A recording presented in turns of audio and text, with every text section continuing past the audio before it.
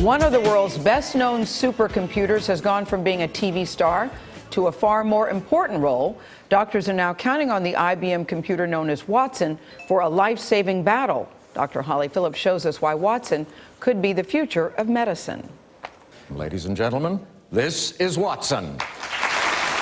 2 years ago, IBM's supercomputer Watson beat the champions of Jeopardy! Now we come to Watson. We're looking for Bram Stoker. Who is Bram Stoker? Now the whiz kid is taking on a new challenge. Watson's in intense training to help fight cancer.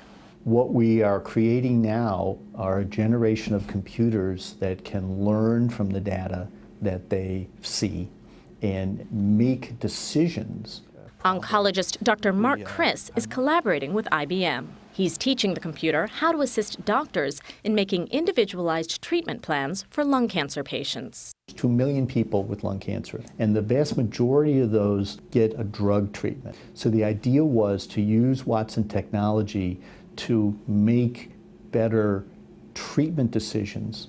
Watson has already ingested more than 600,000 pieces of medical evidence, 2 million pages of text, 26,000 clinical cases, and had almost 15,000 hours of training. A substantial part of it is self-taught, what's called machine learning, where Watson is programmed to understand and analyze English.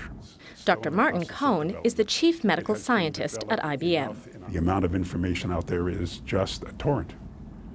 So we're going to need help in keeping up with it. It's pretty easy to work with. Here's how it works. Dr. Chris inputs a patient's medical history on an iPad with a remote connection to Watson. These are all her lab tests that she's already had. Is that correct? And it puts them together in a nice way. Then Watson thinks, scanning through textbooks, guidelines, and journal articles, and suggests further testing. So here we see that Watson has suggested an MRI of the brain, to get a baseline EKG, to get a hepatitis B test and a pregnancy test. With the results in, Watson recalculates and comes up with a personalized treatment plan in under a minute.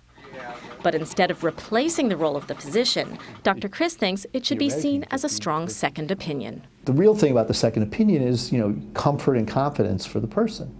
Carol Jaxel is battling lung cancer. I think it's a phenomenal advance. I'm very excited about it.